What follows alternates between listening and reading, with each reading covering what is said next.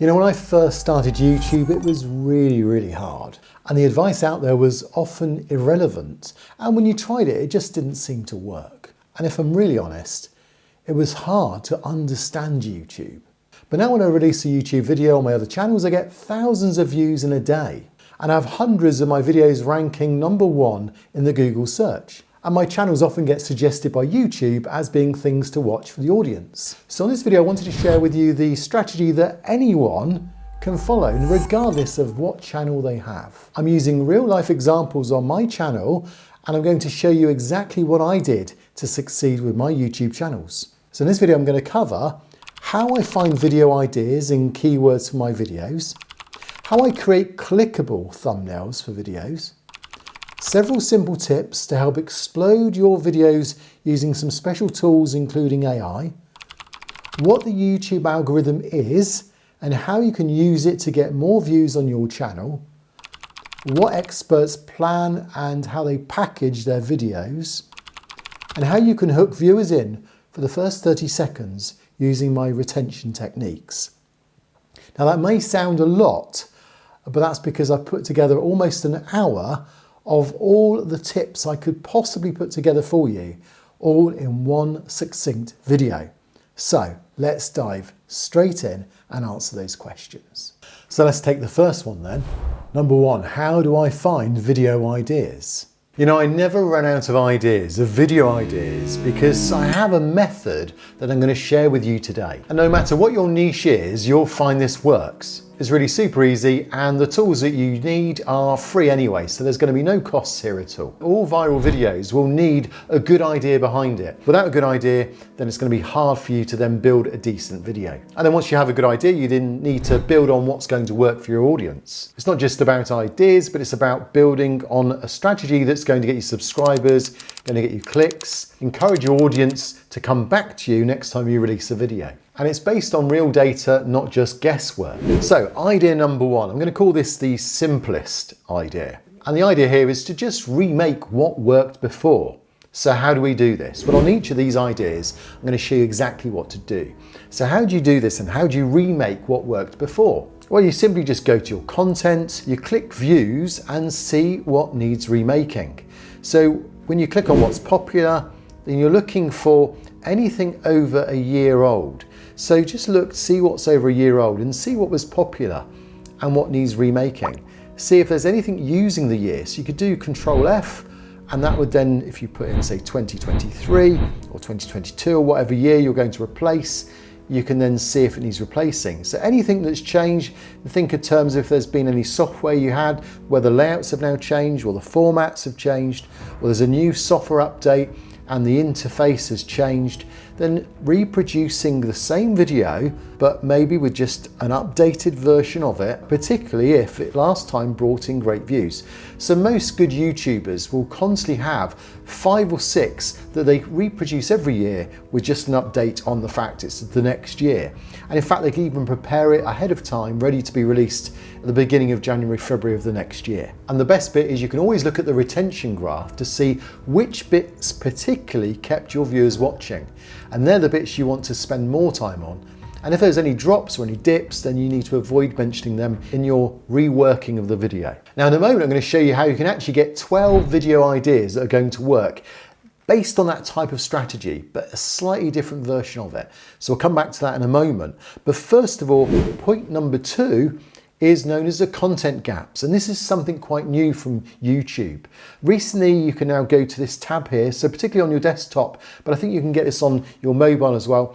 You need to then find the content gap, which is here.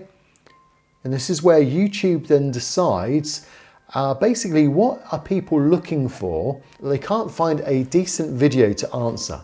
So if someone's searching for a particular topic and the videos that are being served up by the YouTube algorithm aren't really scratching that itch, that means there's a gap. So always look at the content gaps, not just the general YouTube suggestions, but the content gaps too. So how do you do this? Well, YouTube will promote your video if you know what it is that YouTube thinks you could do better than anyone else. So you go to analytics, and there under research, then you can search across your YouTube and then see what it is that it's saying you to niche down into. And this is basically your viewers are searching and filtering. There's a high volume of people looking for a video that you can produce, and YouTube thinks that it's a content gap for you. So try it and see what the response is. But idea number 3 comes from a free download. It's TubeBuddy, so you may already have this. If not, I'll put a link down below. It's an add-on that goes in your browser. You just pull up the add-on, and there you can put in your keywords, and you can see then what is actually being used, what is trending at the moment, what would be useful for your audience. And I've used this many times to just find out, for instance, when AI came out and Bard came out, ChatGPT came out, you had to get involved in that. You could see it was trending. There's always going to be a version of something you can bring in. Maybe AI affects your type of business or your type of aspect of what you're producing. But either way, jumping on a bandwagon of something trending will certainly give you some ideas. So you can install the TubeBuddy add-on. A link below will help you then find what your niche is using keywords. And you can look to see what's trending in your niche, look at the keywords being used today. And this is a perfect playground for ideas using the very data of what is actually being searched for. So again, you're not guessing, but this is based on real data, real searches. Now, idea number 4 is VPH, and it's a really useful way of finding out what's actually getting clicks on YouTube today. VPH standing for views per hour. So you get this by going to your vidIQ plugin. So again, you may have this. I'll put a link down below if you haven't. And by installing this into your browser, it will then look to see what actually are the views per hour on the videos in your niche. So if you think of the people that make great videos in your niche, have a look at theirs and see what is the best trending topics that they're doing at the moment. And ideally you want something that's been around for perhaps the last 3 or 4 months. You don't want it so old that it doesn't really make sense to do. But if it's a topic you can talk about, if it's something you're able to speak about and put your spin on it, and it's getting a lot of views, the chances are you can then hijack those types of views and bring them to your channel too. So how do you go about this? Well, there's loads what you can do, but basically you look at top suggested or non-owned. vidIQ helps you then. If you look at channel audit as well, it'll help you there to help you know what views per hour are going out. It shows you what you're doing well at, but also what your competitors or others in a similar niche are doing. These videos have the highest views per hour, so they suggest doubling down on that, creating more videos like that. And this will give you several great video ideas. It's really helpful. It's how I go about getting a lot of my ideas, and I get loads of clicks on trending areas by just studying this when I want some inspiration. So that's VPH, idea number 4. So idea number 5 is repeats. And this is the best one yet, because even though repeats don't sound particularly appealing, your audience loves these types of videos. So you just need to keep making more of them and just put a slightly different spin on it. Change the thumbnail slightly, perhaps the title slightly, bring something new into it as well. And because your audience loves it, the same audience will get served it again. And it's likely that they will then like the video. But by the fact that they like the video and they take to the video and their retention's high, it's more likely then to be introduced to new audiences as well, which will mean that then the video idea will grow, which is what you're looking for. So how do you do this? Well, you go to analytics and you just look to see what your best topics were in certain areas. The fact that when you last produced these videos, you probably had older devices. I mean, I used an old phone, I used an old light bulb, I used an old mic, my editing was on Shotcut, whereas now I use a camera, I use proper lighting, a decent mic, and I do editing on DaVinci Resolve. So every bit of the quality of my video, when I remake it, will be better because I've learned a lot since I've produced the previous videos. So then you go through your attention, you're looking for popular videos, and I would break it down into these 4 areas to get your 12 ideas. Because basically you can now search through your analytics and you're looking to find your 3 most popular videos in views from last year, your 3 most popular videos through advertising, your 3 most popular videos through your highest retention, and your 3 most highest subscribed videos. So the fact is you're now building up subscribers, a higher retention, higher advertising, and more views. And if any of those overlap, then just continue to find the next one. So it might be the top 4 or 5, but the fact is it will produce you 3 more. And I've now got a list of 12 videos that I'm going to remake this year, and that will then give my audience a chance to see an improved quality of video. And when you put those 12 videos together and then release it, that's going to have a big impact, especially as they come one after the other, because YouTube's algorithm likes to build on success. And we know these are going to be successful because they had success in the past. They're proven already with my audience. But now with all these great ideas, there is one more thing you need to do, and that's get the clicks on these videos. And that's why having the right thumbnails is essential. And I use a super way of testing clicks on thumbnails. Well, more on that in a moment. But first, there's something you need to understand, and that's number 2, how to create clickable thumbnails. So if you want your videos to go viral like this, then you'll know that it all starts with a click. One of the biggest YouTubers, Ryan Trahan, realized this when his video originally was released and it flopped with only a 4.3% click-through rate. But now it's reached a massive click-through rate.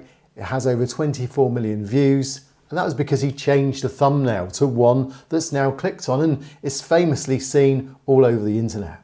So if you can get a better click-through rate, there's a chance that your video is going to explode. But how do you know whether your thumbnail that you're creating is clickable in the first place? So while I was making this video, VidCon's been announcing that there's a new A/B testing. It's called Test and Compare.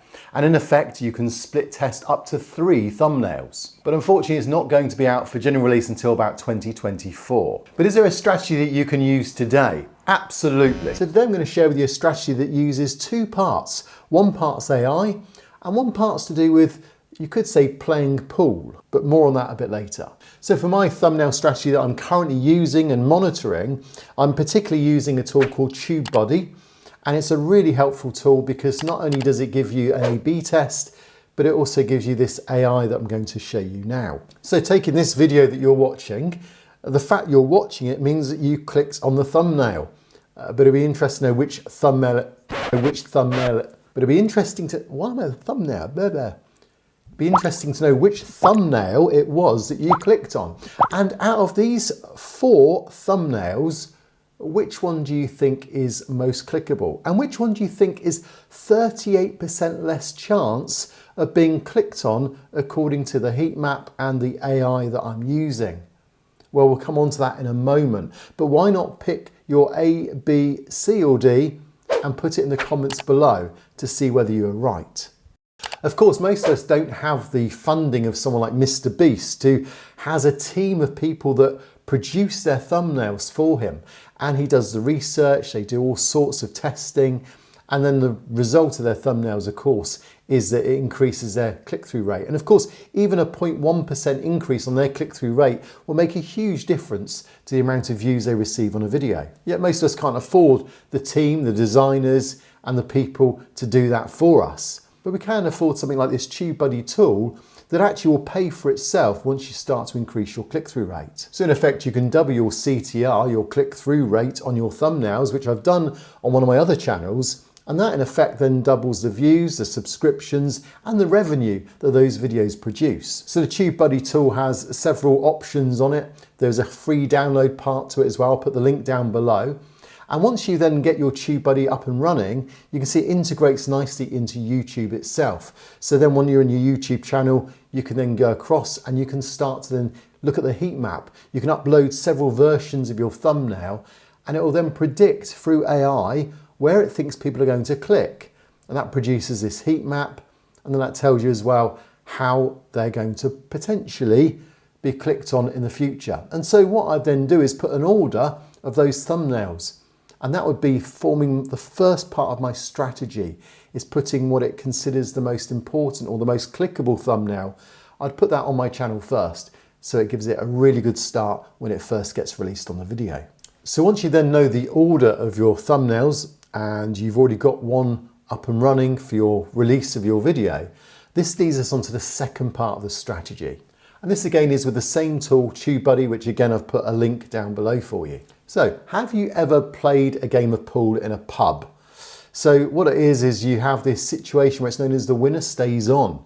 Maybe you've played that before, where while you're winning, you remain on the table and people challenge you. And then eventually when someone beats you, you then come off the table, you can no longer play pool. And it's the winner stays on. It's basically a similar process when it comes to the A/B testing using TubeBuddy. What we're looking at doing is having the great thumbnail, the one that we think is going to be the successful one, but then we will run the other ones through. And unless it knocks it off the number one spot, then that number one still remains. And the only way really you can know is through real people, whether they respond and click on a thumbnail. And sometimes you can be quite surprised that the one that you don't think is going to do well does really well. So we don't always assume that your AI is going to be right, it's still learning. What we are going to go with is what physically people are clicking on. And this is known as A/B testing. And TubeBuddy basically runs every single day. It'll put the new thumbnail up, then it'll put the next thumbnail, then the new thumbnail, and it will continue to rotate them against each other. This is known as statistically significant. And what this is it'll run a click-through test so that the winner stays on and there's a clear winner. A version has to be at least a 95% chance of beating the other one. So you're never going to know 100%. But once it knows 95% or better chance of outperforming the other one in the long run, then TubeBuddy will then put that as the now new thumbnail. So of those 4 thumbnails at the beginning, which one did you choose? Was it A, a B, a C or D? Well, here you can now see the figures and they reveal the difference in the click-through rate. So which one did you choose? Well, according to AI, there is a clear winner and it's this one. But is it right? Well, a future video will show you whether it's right, and of course subscribe if you want to make sure you don't miss that video. But even more important than having the right thumbnail is also having the right videos on your channel. And that's a whole new strategy that I'm also looking at this time. So what is this new strategy? And number 3, what tips then can help you explode a channel so that you don't give up? And I'm sure you've felt that way. In fact, every year, thousands of YouTubers abandon their channels, or they notice their watch time and subscribers have just diminished and they just want to give up. Yet all they needed to do was realise that YouTube rewards new things. Keep up with those new trends and your channel will flourish. So in this video, I'm going to look at the 5 things that YouTube are now currently rewarding, why they're really easy to implement on your channel, and if you follow this video in its entirety, you'll see how it benefits your channel too. But first, what happens if you don't follow these new trends that YouTubers are doing? Well, have you ever been to a party thinking it was a fancy dress party and then finding out it was a funeral wake? It's not the best situation to be in. I mean, it's good to stand out, but it needs to be for the right reasons and it needs to appeal to the audience around you. So these 5 strategies are starting to grow and build up momentum. And all trends like this will continue to build in new subscribers, new views, and will help you grow your channel. And the best bit is if you do it early on, when the competition catches up, you're already ahead. So what are these 5 strategies then that can work on any channel and you can apply today? Well, the first one is AI. And the thing with AI, it came about just over a year ago as far as most people are concerned. It's been around for some time, but it is now very much affecting how you build your videos. There are tools, there are thumbnails that can animate people. You can take a photograph now and that can now animate into a person talking. So creators are riding the wave of creating content using DALL-E, using ChatGPT, but they're doing it in a way that's actually useful because it's just saving time in the creation method, putting together scripts and ideas, rewording things to make things appeal to the audience. So if you know how to use AI in the right way at the moment, that's really speeding the method up. But beware, because YouTube is laying down a law of guidelines for AI, making sure that everyone plays fair. Hi, I'm Albert Einstein. When you use AI, here is what I'd like you to remember about me. You are using it with some risk regarding your content. So the second area is authenticity. And I think this is really important. So creators are embracing the real world because it's in contrast to what AI is doing. So keep it real, build that sense of human connection with your audience. And also keep it simple because people like people to make mistakes. Just made a mistake then. But that human interaction shows it's for real. And even with thumbnails now, The simplified thumbnails, the ones that perhaps just make a clear point, are the ones that are getting clicked on. So authenticity, clarity, simplicity, they're all going to be big in the coming year. The third area as a strategy is thumbnails. Now, we mentioned about keeping them simple, and it seems that the more simple the thumbnail is, the more clickable it becomes, because now there are so many different types of thumbnails, so many different designs, and they're all quite complex. Even the really well polished thumbnails can sometimes just be too intense to work out what the thumbnail's representing. So the more iconic, the more simple it is, the more likely it is now to be clicked on. So creators can upload multiple versions of a thumbnail, and then they can let YouTube show them the different ones until they then come to an end of the experiment. And the purpose of that is to find the winning thumbnail, which means it improves watch time and click-through rate.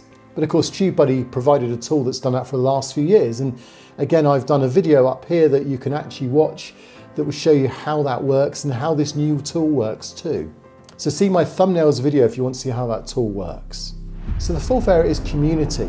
It seems that YouTube wants small creators to build a community, to build that loyalty and that connection with their audience. So things like super chats, there's super fans. Really, YouTube wants creators to get ready to build a following. And you can build a membership even through YouTube itself. It's quite simple. You can do different tiers, different levels you can see here. But also community posts. What a great way to just share some information, build up a community where you know that people watching your videos will receive those little extra bits through the community process. And the fifth area is probably the most dramatic area in the coming year, and it's to do with ad blockers. It seems that many creators that obviously rely on income from ads are now being affected by ad blockers on browsers, which is against the guidelines if you want to watch a YouTube video. So what can you do about it? Well, you could ask your viewers not to use ad blockers, or you could ask your viewers to support your channel by watching your videos and not using ad blockers. And then you then get this situation where invalid traffic comes along. It's where YouTubers that rely on their income have it slashed by 90%. So imagine going to work and then being told that 90% of your wage is going to disappear. Now, one of my channels has gone through this invalid traffic, and it's horrendous. And it's a struggle to keep that channel going. And I put together this video that explains invalid traffic and why it's harming so many creators. These simple strategies are definitely going to make a difference to your YouTube channel in the coming year. But there's one more thing that's even more important than all those 5 areas we've covered, and it's understanding the algorithm. And you know, so few people understand how YouTube's algorithm works. So let's take a look at number 4. And this is the algorithm to help see how it gets you more views.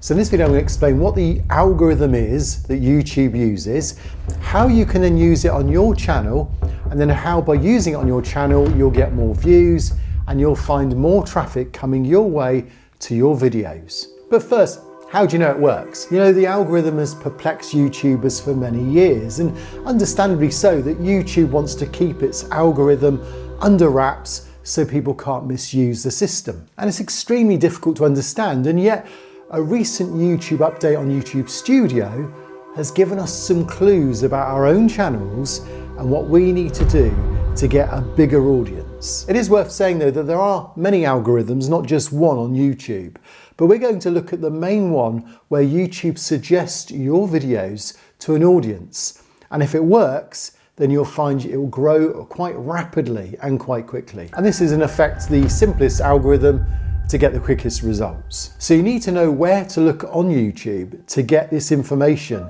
that's going to help you fill out the boxes and then use that to help build a better audience. So we'll dive into YouTube Studio shortly, but first of all, let's just go back to the algorithm itself. What makes it simple? Well, we're going to simplify it because in effect, it's a bit like filling in boxes on a password. If you're asked to log into someone's phone, and then as you went to log in, you said, oh, I need your username and password, then by giving you the username and password, putting it in the correct boxes, you then get access.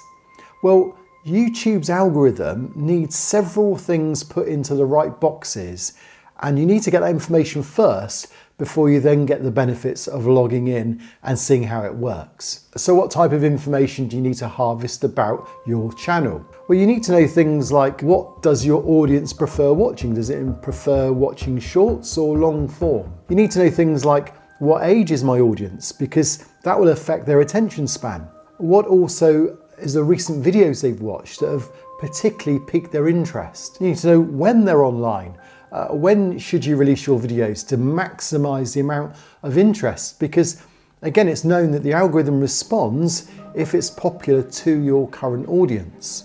And what are the keywords that they're using to find your channel? So all that kind of information, you might think you know, but sometimes it's good to get that information, to harvest it now, so it's ready to go into the right boxes. So before I show you where you get that information, if you haven't subscribed already, do so if you're finding this useful. Let's go to YouTube Studio next then. So go to YouTube Studio and then go to Analytics.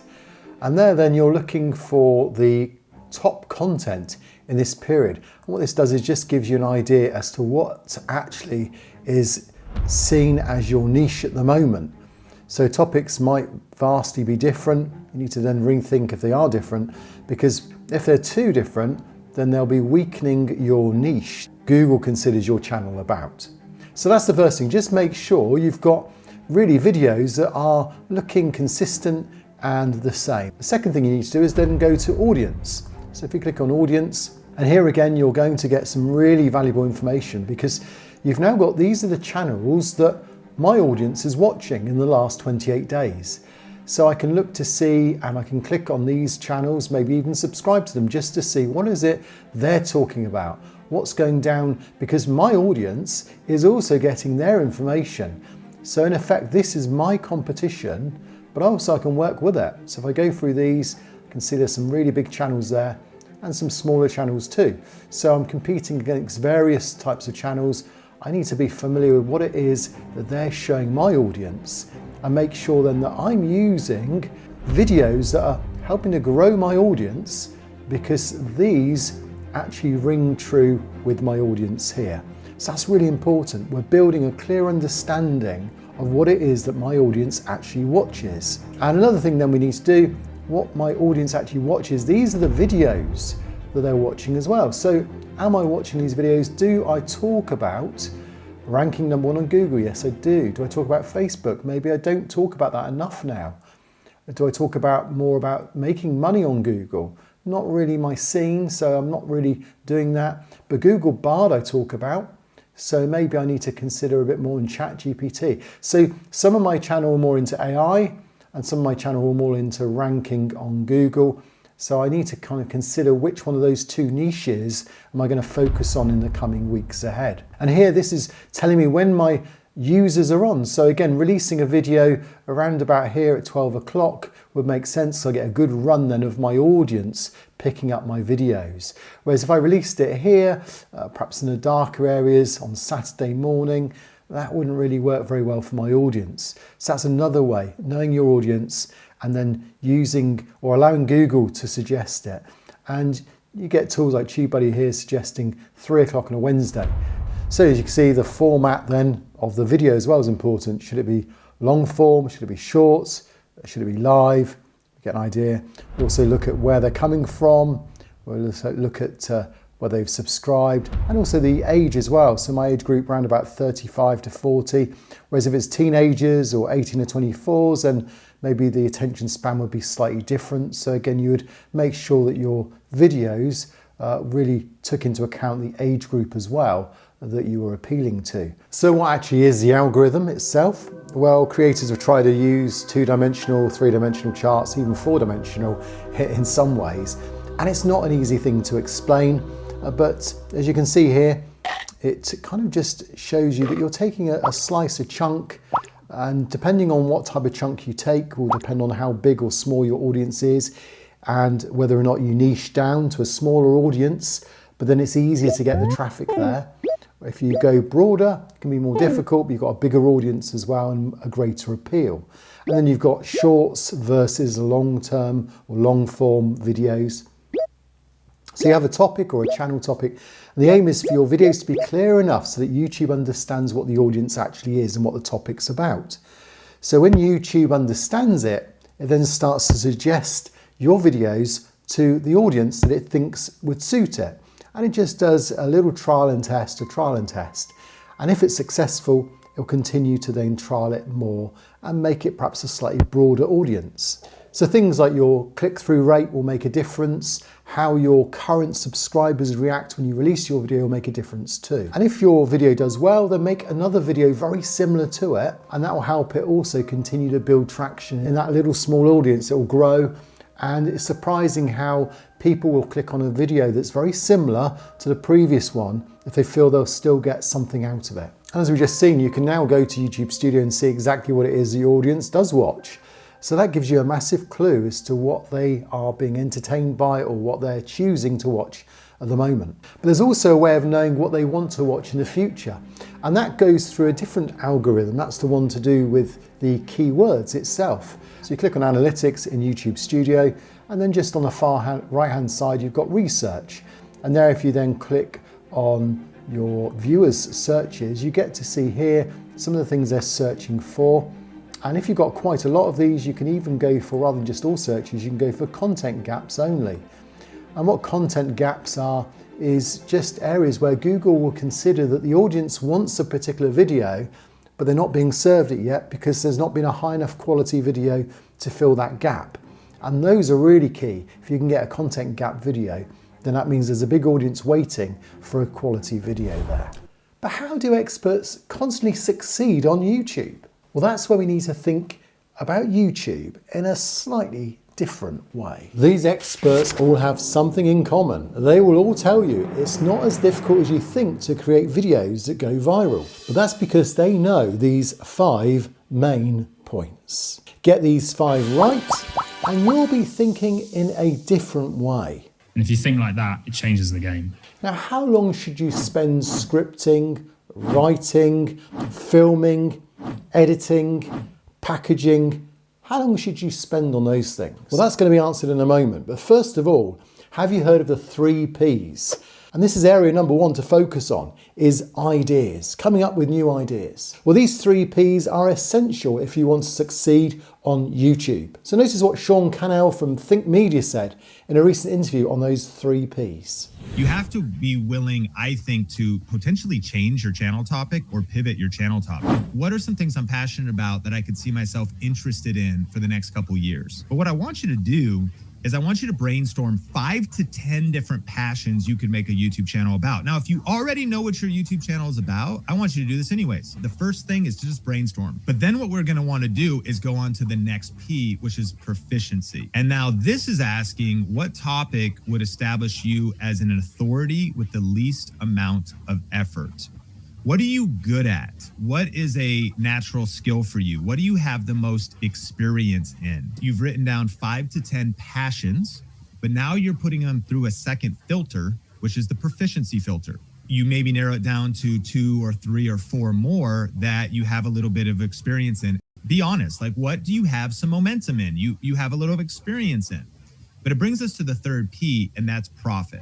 This is asking the question of how am I actually going to make money, and can I make money, and will people pay me for this? Another way to get some good ideas is to just see what the algorithm is currently presenting or what's being rewarded. So you can go to an incognito browser, type in whatever it is you're trying to then niche into or get an idea for, and see what videos are served up. And you're particularly looking for what Google is considering at the moment the videos to serve for those keywords. And that will give you clues as to what's being rewarded in the algorithm currently. Now, without a great idea or a great topic, it's very hard to make a successful video.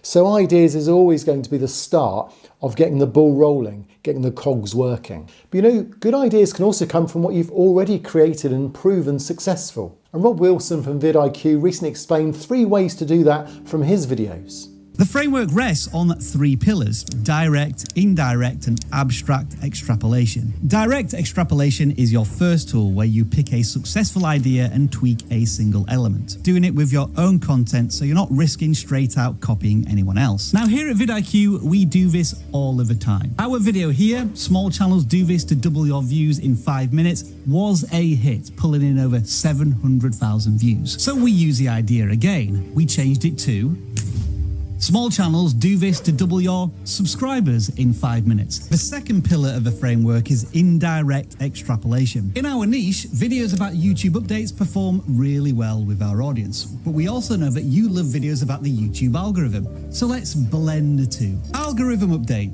Did this stop you getting views? And it was another winner, proving that this approach works as well. As for the third pillar, abstract extrapolation, it involves deconstructing a successful idea and identifying the psychological triggers that made it work. Let's consider this video as an example. 10 regrets after moving to the villages.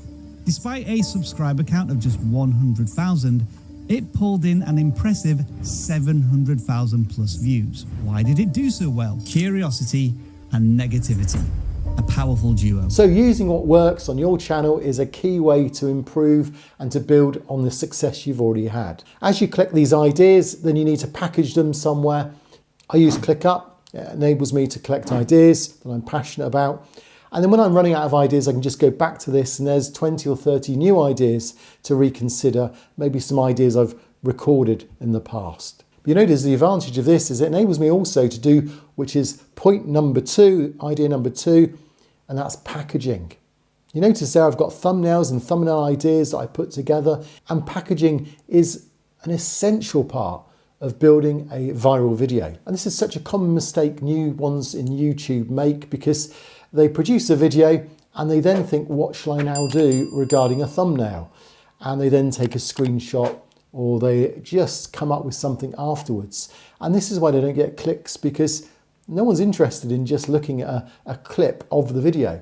You want to entice people in. In fact, understanding how thumbnails work and titles work is a major part of getting success for your next video. So what packaging should you use? Well, let's ask Ed Lawrence from Film Booth. There's no point wasting my time on a video until I have packaged it. But if we go back to the example I used, the title that I came up with was "The Silent Hack YouTubers Use to Hook You." So now I have that. I have to write an introduction that undoes the clickbait, sets up the value the viewer's going to get, makes them understand why this is an important story. If I started with how to present a video, I'm stuck with, oh, okay, now I'm going to show you how to present a video. And I can't possibly use another title or thumbnail that isn't related to this boring introduction.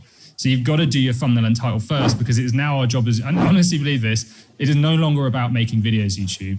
It's who can come up with the most interesting idea, thumbnail and title, and then how do you sandwich a video into that idea? So thumbnail should always be done first, as Ed said, but also what happens if you've released a thumbnail and then clearly it's not really worked? Well, can you rescue it? Notice what Ed also said in the same interview. And I'll quickly learn, okay, the community reacted to that. In fact, the video I've got up right now did rubbish. I flipped out the thumbnail, put one word in it. It's now starting to move a lot quicker. So you can react to a bad thumbnail. If you've got it wrong, you can still try something different while it's still beginning to show to your audience. But Ed mentioned also the importance of building around the thumbnail hook as you then develop the video. And that brings us to the third point about understanding hooks. And not only do you want a hook on the original thumbnail, but you then want to have a hook throughout the video as well. Reasons to stay watching the video. So you might have mini hooks along throughout the video, maybe your major hook near the end. We'll see in a moment how that works with retention. But before we do that, how do you get a good hook? Well, the thumbnail and title should have already created enough curiosity to get someone to want to find out what's next. As they then go into that first 30 seconds, you need to really get another hook in to keep them watching. So recently, Nolan Malt interviewed Jack Thomas, where he revealed the 3 things that work on titles. And therefore, these are the basis for all the hooks in your video. What have you found to be like the top click triggers that really are bringing in the most amount of views? Yeah, so there are 3 click triggers. Almost all viral videos have these 3 click triggers. They're curiosity, fear, and desire. And then it's usually curiosity plus fear or curiosity plus desire. So when you build curiosity in your audience's mind, they feel like they have to watch your video. And the easiest way to do that is to just use the word "this" but not specify what this is. And then when you pair that up with their desire, with like their hopes, their dreams, they have no choice but to click. They definitely want to know how to achieve all their dreams. And then also, if you pair curiosity up with fear, they want to avoid their mistakes. They want to avoid regrets. But pairing up curiosity and fear and curiosity and desire is the best way to write YouTube titles. When do we need to be kind of vague so that we can actually get the click? And a lot of people feel like this is clickbait, but at the end of the day, what I love to tell people is the chocolate covered carrot. You need to show them the sweet stuff, because if no one clicks on your video, no one's actually going to get into the good stuff that you have to say. So here's an example. 6 ways to create remarkable photos versus I stopped taking boring photos once I learned this. Once I learned this, like you read that title and say, oh, like, what is it? Like, what did he learn? Know why your audience watches your videos and use those desires, use those hopes and dreams to get more people to click. Now, if I said my favorite tip is the next one, because that actually made one of my videos go viral, would that be enough curiosity for you to watch it? Well, hopefully it is, because it really did. And this is all part of FOMO, fear of missing out. So what was the next tip? Tip number 4, retention. Now, the retention report is an incredible piece of information, because once you've released your video, you can go back and see what worked. And if you don't do this, if you don't analyze your retention, how do you ever learn on what your audience actually reacts well to? So you might show things to your audience thinking they're loving it, and of course their retention graph shows that they don't like it. One of the most common things everyone was doing a few years ago was having logos. I used to have one that was spinning around and showering water everywhere, and 20 seconds of the video was just all about me. Well, the audience wasn't interested in that. They were there for a reason. They were going into the video to find out how to do something. And Nick Nimmin had a similar situation, and he explains how his graph worked for his video. So let's just take a look at that. I structured this video in a way to where the thing that most of the people that are going to be getting presented my content, the thing that they want would be at the end of the video, but it's also important for them to know the other things as well, which is why I put them at the front. But you can see here, in this particular case, I was able to stop the drop or stop people leaving relatively fast. Start now. Okay, so you can see right here through this whole part. So I had them, they were slowly dropping, and then I went into my logo intro that I used to put on all of my videos. Now I don't do that anymore. And this right here is the reason that I don't add that, because this percentage of people as they're dropping off right here, those are people that I might not get the opportunity to impact again. So because of that, I prioritize the viewer and what it is that they are experiencing over me flashing my fancy logo in their face. As always, the things that are not important to the viewer get skipped by. Structurally, I did the right thing in this video because I was able to pull people through to where they were skipping these larger portions of the video here and getting at the end to the part that they actually wanted. So people were skipping ahead, but it raised my retention here at the end, which is a good thing. In this particular case, I could have definitely done better in this particular area, but this video turned out great in terms of audience retention. So right here, they got the information that they wanted, right? This is what they actually came into the video for, and then now they're starting to leave. And I should have actually done a little bit better here at the end as well. But overall, this video turned out great, got lots of views on it. People were satisfied with this video. So how often do you look at your retention graph? Do you actually do that? Put it in the comments below and let me know whether you feel the retention is an underestimated tip that most people forget to use. So for my next tip, it's worth bearing in mind what Abraham Lincoln said. He said if I had 8 hours to chop down a tree, I'd spend 6 of those first hours sharpening my axe. What a great quote, in line with the fact that number 5 is preparation. Preparation is always going to be a payoff when it comes to your videos. Now, Ed Lawrence was recently asked how long did he spend on filming, how long did he spend on scripting, packaging with thumbnails and titles, and editing. How long did he spend on his videos? Well, let him answer it here. 70% of my time is probably planning, 20% is probably editing, tiny bit filming. The thing you need to spend the time on if you want to get results on YouTube is the planning. There's the making the idea interesting, the packaging, the thumbnail, the title, the introduction, the end, then the middle, then write the thing, then film it. If I spent 70% of my time planning a video and writing it and doing the thumbnail and title, I'd be way more confident. So the thing that always takes me the time is how do I come up with an idea? So I have like tried and tested thumbnails and titles. I just repeat, but I'm kind of creative. I like to try new things. It's stupid. I should just repeat what worked every time, really. And if you repeat what worked, you come up with a title and just make like Noah Kagan does, just makes it slightly different each time. it saves a lot of headache. So that's one way of speeding this up. So according to Ed, we pretty much have learnt back to front. We tend to focus more on the filming and editing and less about the script and the packaging. But this isn't the biggest mistake that YouTubers make. In fact, there are 7 mistakes that most YouTubers make constantly. And it's understandable because most videos on YouTube are 5 to 10 years old and they're telling you the wrong things. So let's save you some time by learning from the mistakes that I've already learned over the past 5 years. Of course, I've had to learn it the hard way. Being a YouTuber requires that you learn something and then you then have to unlearn it, because there are many things being echoed out there that just aren't true. Or if they were true, the algorithms change and they're no longer true. So I'm going to save you a load of time today by putting together 7 mistakes or 7 things that are no longer true that you may have heard about YouTube. And I'm also going to give you and reveal to you what I do instead to gain traction. So the first one you would have gone through, everyone goes through this, is number 1, obsession with subscribers. Yes, everyone wants to get subscribers. When you start out, you can't be monetized without a certain amount of subscribers, 1,000 subscribers I believe it is. But also that without subscribers, it feels like no one takes any notice of your videos. Now, I'm not going to waste this tip on talking about subs for subs. Everyone knows that doesn't work. That's where you ask someone, I'll sub for you if you sub for me. Ultimately, I do subscribe because I'm producing more and more of these videos to help you benefit from my 20 years. Getting a subscription to a channel means nothing at all. And this is where the change is whereas people are focusing on getting loads of subscribers, maybe you should be focusing more on just producing great content, because many people will watch your videos regularly because it's suggested to them.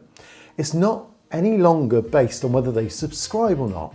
So Google's aware through the algorithm of the patterns of what you watch, and if it thinks you'll be particularly interested in the video and it's maybe someone you've watched before, even if you're not subscribed to that channel, you will be suggested that video. Now, Ed Lawrence mentioned recently that if you obsess about subscribers and say you've got 10,000 and you're thinking I need to get the target of 100,000 and get my silver plaque, just consider if you're now doing YouTube full time, you're trying to earn a living from it, maybe the focus should be on quality, and maybe think just for a moment what 10,000 subscribers looks like. Maybe the focus has all been wrong, that maybe 10,000 people in a stadium looks quite different, in fact looks like this, and then this is what 100,000 people looks like. So looking at a stadium packed with 10,000 fans, do you really think I need more views and subscribers still? And he's saying that as an audience, you could work with that number. You'd be blown away by how that audience could potentially give you a good income stream if you could tap into what it is they're after. And he goes on to say the truth is most creators don't need a whole stadium's worth of viewers, they just need a steady income. So stop being sidetracked with subscribers and start focusing on marketing and measuring your success as to how people are buying into your products. So just an interesting point of view there from Ed. Okay, so myth number 2, tags, keywords. This is how you have to include this one because this is one that everyone has gone through. So finding out what the keywords are that are being searched is important. But how do you get those keywords across? Years ago, you used to have tags. We still have tags on YouTube. What I would do, and what I would suggest you do, is think in terms of the keywords you're trying to rank for. You can put them in the tags if you want, but include them in the title. And even more importantly, include them in the first few lines of your description. If you consider that YouTube actually produces subtitles for videos, so it knows what's being said. So it's got a good understanding as soon as you upload your video, what types of keywords you're using, particularly at the beginning of your video. So the combination of your description, your title, and what you say in the video is better than all the tags in the world that you could throw at it. So myth number 3 is I was told once that once you get to 200 videos, then the algorithm starts working for you. Well, that's a load of rubbish, because if you look, there are plenty of successful YouTubers that have just released 3 or 4 videos and blown up. There are some channels that have had 400 videos and nothing ever happens. Why? It's down to the quality of the production. In fact, some of the really best YouTubers will have 2nd or 3rd channels, and because they've already know how to produce a quality video, then they'll blow up straight away because people recognize the quality of their video. So it's not about the amount of videos being made. The reason why that gets echoed around is that as you make more videos, you will improve the quality and the production, the lighting, the sound. All those things make a difference to how the video is then perceived. So that's where the focus should be. So if you can get up to speed by editing videos, by making them interesting, by improving the quality of the videos and appealing to your audience and involving your audience, that's how you're going to get views. That's how your channel will eventually blow up. So number 4, there's a magic formula. There is no magic formula. There are so many videos out there claiming that if you do this, then you'll succeed. It's not going to happen. The fact is the algorithm is far more complicated than some magic formula that's being released. What is fair to say is your attention is one of the things, your click-through rate is another thing. Your click-through rate's affected by your title and thumbnail. But ultimately, if people are watching the video for longer, and if it's keeping them on YouTube, that's what's going to be rewarded, because that makes business sense to YouTube. And that also makes sense to your audience, because your audience are actually saying, by staying longer, they're enjoying the video. That's a vote in itself. Myth number 5 is you have to keep publishing regularly. You have to do 3 videos a week. Well, we've seen experiments. Ed tried that on Film Booth. It made no difference. Some say you have to do it regularly every certain point on a Monday at a certain time. Well, that will help in some ways. If people like your videos, they like to know that at a certain point of the week, your video is going to be waiting for them to look at. But ultimately, even if you take a few weeks off, YouTube rewards titles that actually get people to watch, and the retention where it continues to go on far, far further than 20, 30, 40% of the video. So that's what you're really aiming for. So if it means that you take 3 or 4 weeks out to do a really high quality, valuable video, and the retention goes through the roof, then that's what you're after. And it won't make any difference whether you had a break of 3 or 4 weeks. So forget the idea that you have to regularly publish a video. So point number 6, you need an introduction, or maybe it's called an indent, or an advert as to who you are, explain your background and your authority. Well, I started doing that on my videos a few years ago, but you lose almost 30 seconds by the time you've got kind of wrapped up into the whole thing, explained who you are, the history, you have perhaps a little logo that's animated. Ultimately, your regular customers have seen that once, they've seen it twice, and then that's it. They just forward through it, or they just switch off. And no one wants to be sitting through that in the first 30 seconds of the video. The first 30 seconds of the video, it really sets up the rest of the video. So if you're not giving any good content right from the start, so you'll notice in this video, 10 seconds or so, we were straight into the first area of this video. And that's really what you want to do. Go straight into what you're promising through the thumbnail and get content over that's going to be valuable to your audience. And that's what gets rewarded. Point number 7 is just post anything that's interesting. Well, I would say that's absolutely wrong unless you've really got a large channel. Most people need to niche down to something in particular. The more specific you are, the more likely you've got of then growing, because you're a specialist in this subject. So it's fair to say that if it's something that you can really talk about with authority, that makes a great niche for a channel. But ultimately, you don't want to be trying to come in with your personal life here and I'm going on holiday, so I'm going to blog that or vlog that, and then I'm going to talk about YouTube videos. In fact, what I've had to do is I've had to go back to my old channel, which was about web design and about logos and about colors, and I've had to start taking those videos out because it's been ruining my niche. And then I've also set up this particular channel that's all about the YouTube stuff that I had on there too, and gradually bringing some of those videos over too. So I'm having to now backtrack because through bad advice, I was much more broader on my spectrum of video titles. And it wasn't that broad. I was still talking about business, I was still talking about SEO, search engine optimization, but I was bringing in videos as well on YouTube. And this is a separate channel that covers that. And that's a glimpse into why I deleted all my viral great videos that were on my other channel. And now I'm gradually, as I delete them, bringing them across to here. So hopefully you've really benefited from everything that I've taught you. And if you have done so, please just put a comment below, give it a like, and do subscribe, because that really helps me continue to support this new channel that I need your support from. Now, if you've got this far, well done, you're definitely going to succeed. But there's also one more video you need to watch, and it's the one that's recommended by YouTube's AI, and it's right here. Click on this one, and I'll see you there, because this is going to be the most important one that YouTube chose for you. I'll see you there.